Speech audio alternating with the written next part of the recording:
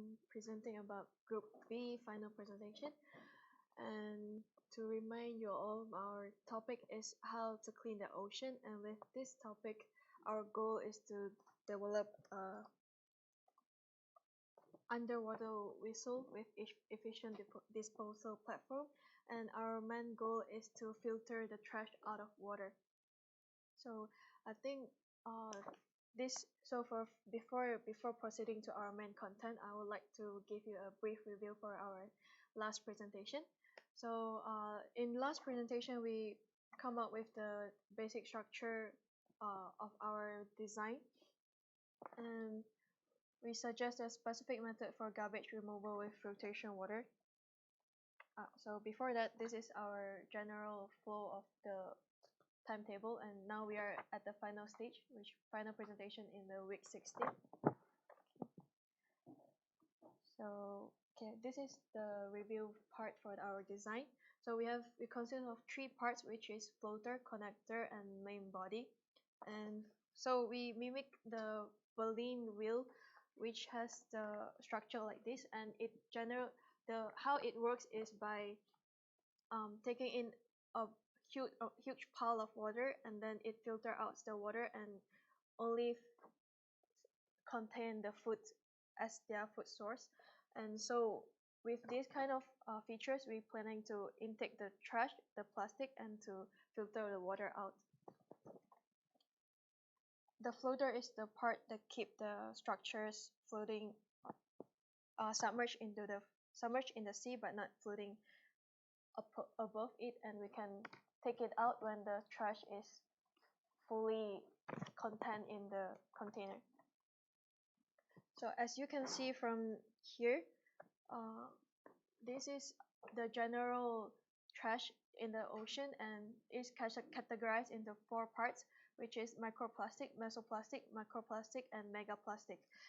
So when accounting for the total mass, 92 degrees of the debris found in the patch consists of object larger than 0.5 cm, and which is 3/4 of the total mass made out of macro and megaplastic. However, in terms of object counts, actually 94% of the total represents by microplastic.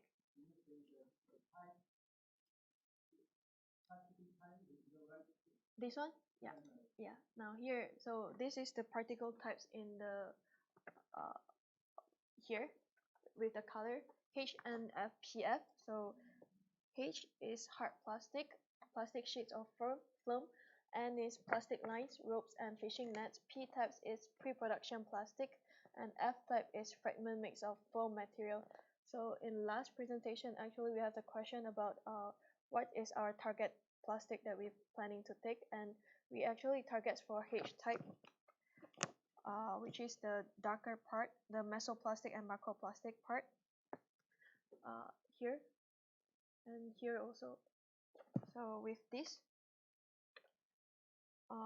so most of the type in this H type are beverage bottles, detergent bottles, milk bottle, and waste basket, yogurt pot. So maybe people will ask us like why we target big plastic but not macroplastic, because large debris matters, as plastic usually they will break down in a smaller plastic when they float in the Great Pacific garbage patch. So they are the result of sun exposure, wave, marine life, and temperature change. So microplastic have been discovered to float within the water surface layer in the water, or also as far down into the ocean floor. So once they become small as a microplastic, it is really hard to remove them and often mistaken as food. So before that, before it decomposes, we are planning to collect it, the bigger one, before it decomposes. So yeah, our target size is because as most marine waste are household goods like PETE, just now we see it here, and so we set our whistle to be 3 meters long and 1.6 meters in diameter. So with this size, it's assumed to be able to collect 100 plastic bottles with 1 liters size. So of course it can consist like other size, but generally 100 bottles will fill the whole structure. And also we did the cost analysis for the structures that we made, because we are planning to do a baleen wheel analogy. So with the baleen wheel, it's made of the keratin. So with the keratin, we find a similar structure, which is Apache, the circle one, this part, and we are able to find the product in the market. But with this, I think it is not as strong as the keratin, so we have to mix it with the aluminium 6061 here, which is this product. And consider the price of material, it is composed of $30 per kg. And next, for the floater itself, we will be choosing the HDPE, high density polyethylene, because it is the strongest among all, and it is rigid too, and it is generally used for pipes in or on the seabed. It provides good durability and strength compared to the others, and also it's cheap. So this is the I'm gonna tell you about the pros, the advantage of our whistle. First, it is autonomous. So with the GPS attached on the floater, it can help us to detect the location, and real-time telemetry can allow us to monitor the whistle and also to detect the location where it's gonna be in the ocean patch. And also it's energy neutral. We fully rely on natural force. There is no need of any energy, no battery and external energy source required. And because we are using the GPS tracking system, so there is a GPS tracking system which is powered by solar energy, and we are using that. So totally energy free. And next, it is scale. The scale is really small, so which is easy to implement and cost friendly with the small scale. And so because the scale is small, so many can be placed in a location like Great Pacific. So lastly, it is able to safeguarding the sea life, which small fish can escape. Maybe you guys will ask, like, how can the small fish escape? So later I will tell you.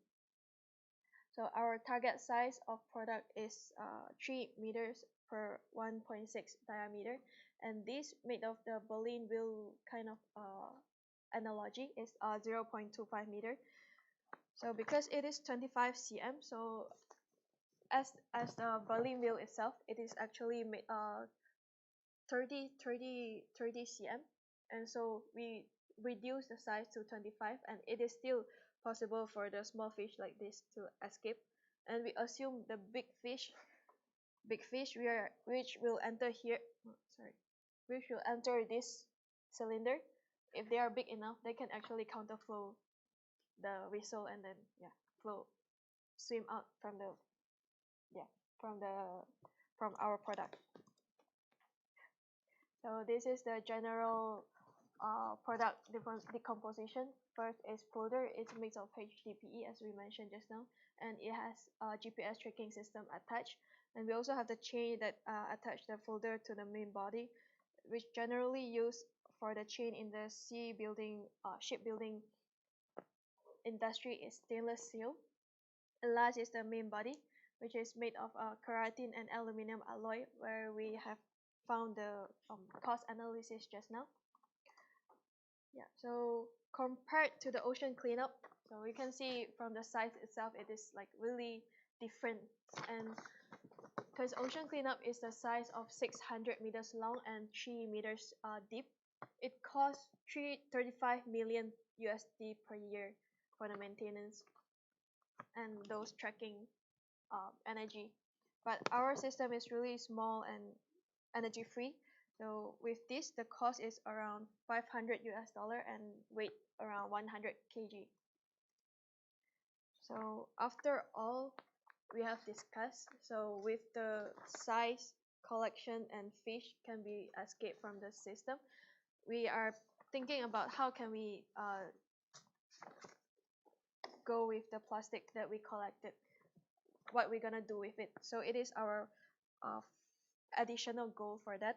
So with this, we have the waste to energy part, which in incineration is generally used. Wait. Yeah. So incineration is a way to decompose the trash. It is an alternative for the landfillings as well as dumping the waste into the oceans. So waste combustion is particularly popular in countries such as Japan, where land is scarce resource, and so it can significantly reduce the necessary space for disposal. The energy efficiencies are in the range of 14 to 28%, but with the use of cogeneration, district heating, the total efficiencies is highly raised, which is about 80%. So what is cogeneration? Cogeneration is the production of more than one useful form of energy from the same energy source. It utilizes the factor of the ideal steam turbine cogeneration plant. So the ideal one is of course 100%, but we know that it cannot reach 100%. It is about 80%, but it is also good enough for the whole efficiency. So what is incineration? So first, a dump. So with the garbage that we collect from the ocean system, it drops the waste into the warehouse-sized pit here, and then a giant claw grabs near the truckload of garbage and dump it into the incinerator. And then the heat make the steam, which run the turbines and produce electricity. Waste heat is used in cogeneration district heating, and the flue gas. The flue gas is the most concerned part of most people, but they think it is the pollution, where the pollution, air pollution come from. But the flue gas undergoes pollution control procedures, which is widely generally used now in UK, where the baghouse to capture the particulate matter such as mercury, carbon ejection to absorb heavy metals, dioxin and furans, and the additionals of lime to neutralize exit gases, and carbon capture to filter out the carbon dioxide.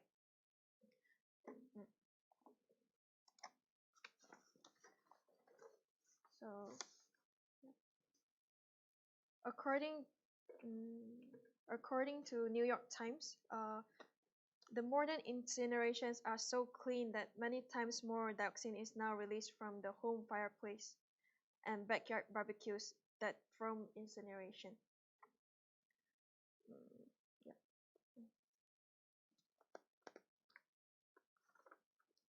Lastly, of course, we can use plastic recycling machine, which is like the process is from collecting, sorting,